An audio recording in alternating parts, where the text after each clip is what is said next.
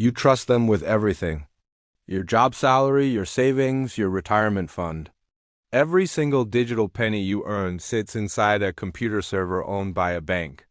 You probably spend 0 seconds a day thinking about it. You just swipe your card, you tap your phone, and the money moves. It just works. But what if I told you that 90% of the money you think you own isn't actually real? What if I told you that the entire global financial system is built on a fatal illusion, and that one single event, one global flick of a switch, could render your entire digital account balance completely and totally worthless? We're not talking about a slow recession here. We're talking about the day money died, the single worst financial crisis in history. Today, we're going deep into the one scenario that financial experts are terrified of: a sudden, global banking shutdown, and what happens when you wake up to find your account balance is officially zero. Stick with me, because this isn't just about losing money.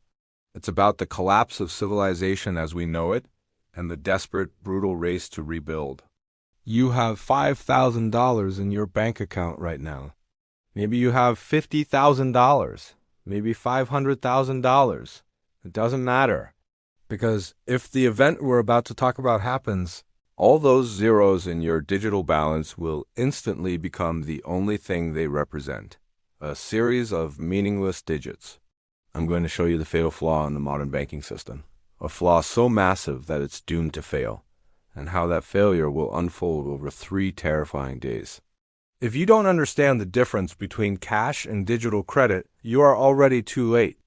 Every morning, we participate in the greatest confidence trick ever invented. We use money.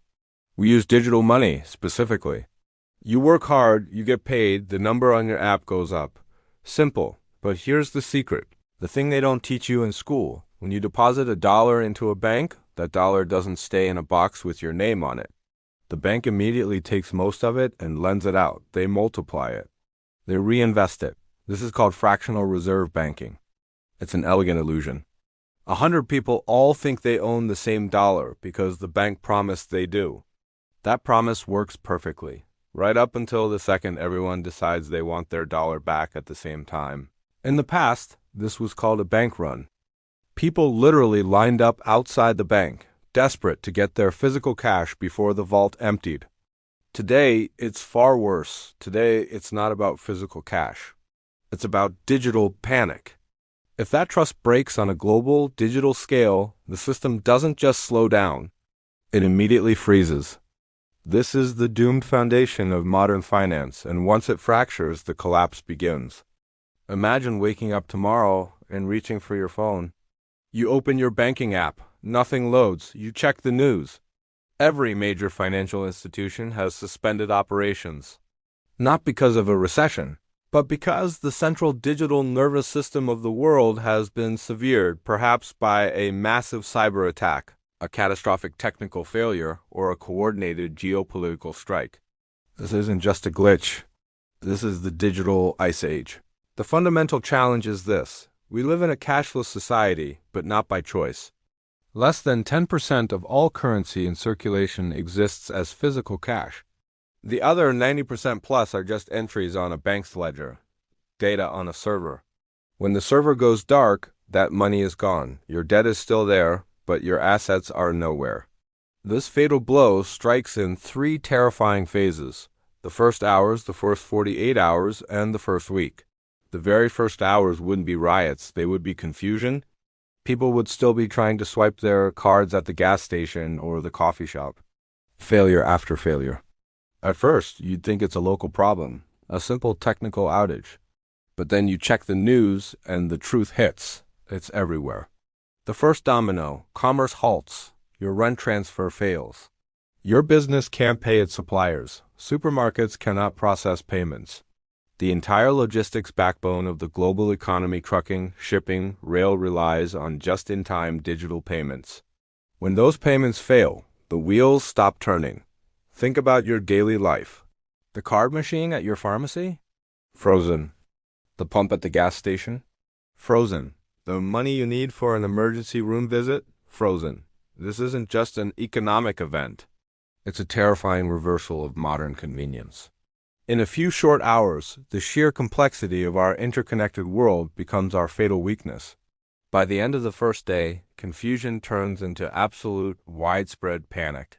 This is where the collapse shifts from digital to physical. The ATM scramble. The few ATMs that are still running will be drained within hours. Banks can't physically refill them because the cash transit companies can't get paid, or their security systems are digitally locked down. That old, dusty paper currency, the thing we all dismissed, suddenly becomes the single most valuable asset on the planet. Anyone with a few $100s in cash stashed under their mattress is instantly richer than someone with $1 million trapped in a digital account. Supply chains die. Within 48 hours, the supermarket shelves will start to empty, not because there isn't food, but because the electronic systems that allow suppliers, truckers, and stores to settle invoices are dead. The food is sitting in warehouses, but no one can get it or pay for it. Panic buying won't be about hoarding, it will be about survival. People will queue up, desperate to buy anything that can be exchanged for the worthless digits in their accounts. But store clerks will quickly learn the hard lesson: cash only. We have seen this tremor before. In 2023, the collapse of U.S. regional banks like Silicon Valley Bank was triggered not by lines outside branches, but by viral digital panic. Billions were withdrawn digitally faster than any regulator could possibly react. Now, scale that panic globally. The speed of digital failure is what makes this scenario so doomed. To understand the sheer magnitude of this crisis, you have to look back. The Great Depression, 1933. Back then, President Franklin D. Roosevelt had to declare a bank holiday, essentially shutting down the entire system for days. But here's the key difference. In 1933, cash still existed in homes and wallets. People mostly used paper money. Commerce slowed, yes, but it didn't instantly die. When the banks reopened, the confidence slowly trickled back. Today, there is no paper anchor left. There's no physical fallback. Everything is numbers on a screen. The collapse of Lebanon, 2019. This is perhaps the closest modern parallel. Lebanese banks essentially froze accounts. People woke up to find their life savings, the work of decades, had vanished into the screens. Doctors, engineers, and teachers were reduced to begging for access to their own money. The currency collapsed by over 90%. Why? Because the trust in their once-hailed banking system evaporated. That's what happens when the illusion breaks. The currency doesn't just lose value, it loses meaning. This isn't ancient history. This is a clear, urgent warning.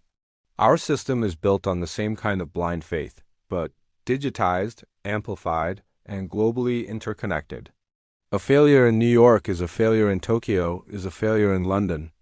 By the time the first week ends, the chaos will have given way to a terrifying new reality. This is the climax of the financial collapse, where the race to restore order begins. And the winner of that race controls the future. The government response: manufactured confidence. Governments and central banks will go on television promising everything, that systems are being restored, that deposits are safe, that this is temporary. But their actions will speak louder than their words. To restart the flow, they must inject what they call liquidity, trillions of newly printed, unbacked digital currency. This is like pouring gasoline on a fire to cool it down. It restores transactions, but it carries its own poison: hyperinflation. The digital balance might reappear, but its buying power will be almost nothing. The ultimate power grab. The rise of the CBDC. The chaos of a banking shutdown provides the perfect justification for the most significant power shift in economic history. They will seize the moment to roll out central bank digital currencies, CBDCs, digital cash controlled directly by the state. They will sell it as modernization, as safety, as never again. But what it really is total control. Think about it. No more bank runs. Since the money is held directly by the central bank, commercial bank failures are irrelevant. Programmable money. Every digital transaction can be monitored, approved, or denied at will. They can decide what you can buy, when you can buy it, or even if your money has an expiration date. End of privacy. Freedom will trade places with convenience. Every purchase, every transfer will be tracked. The banking shutdown would not mean freedom from the system. It would mean the birth of a new, invisible, algorithmic financial empire where your money can be frozen or deleted at the state's will. This is the doomed future waiting on the other side of a global collapse. But in this ultimate darkness, a quieter, more human movement will rise. The system might fall, but people, as history shows, endure. When official trust collapses, human trust re-emerges. In the vacuum left by the defunct banking system, people would turn to what they can verify. Skills. The mechanic who can fix a generator, the farmer who has food, the doctor who can treat a wound. These skills become the new assets. Barter. Localized exchange markets would spring up, produce for fuel, labor for goods. The black market, or rather the real market, is born from necessity. Community. People would rely on family, neighbors, and trusted local circles. They would rediscover ancient systems of exchange trust, reputation, and mutual aid. This is the ultimate paradox of collapse. It destroys the illusion of value but reveals the truth of human relationship. The car you drive, the house you live in, the balance on your account, all depend on digital signatures and bank records. Without them, ownership dissolves. But the farmer's produce, the builder's skill, the community's resilience, these things cannot be devalued by a printing press or wiped out by a cyber attack. The system might have been doomed, but the human spirit is not. We started by asking, what happens when your account balance hits zero? The answer is terrifying. The initial shock of day zero as digital commerce dies. The scramble of day 1 and 2 as cash becomes king and supply chains collapse. And the ultimate realization that the crisis will be used to usher in an age of total digital control. The fatal flaw in our financial world is not the bad investments or the excessive debt. The fatal flaw is the almost total reliance on a brittle, digital promise, a promise that can be shattered by a single geopolitical event or a piece of malicious code. We are more fragile now than we were during the Great Depression. The only way to prepare for this urgent crisis is to understand the difference between belief and reality. Your money is a belief, a shared myth. Once that myth breaks, the true value of hard assets, practical skills, and, most importantly, human trust will be revealed. The world ends for a little while, and then it begins again, different, smaller, and more human. Watch this next video on the screen to learn the 5 most fatal financial mistakes people are making right now.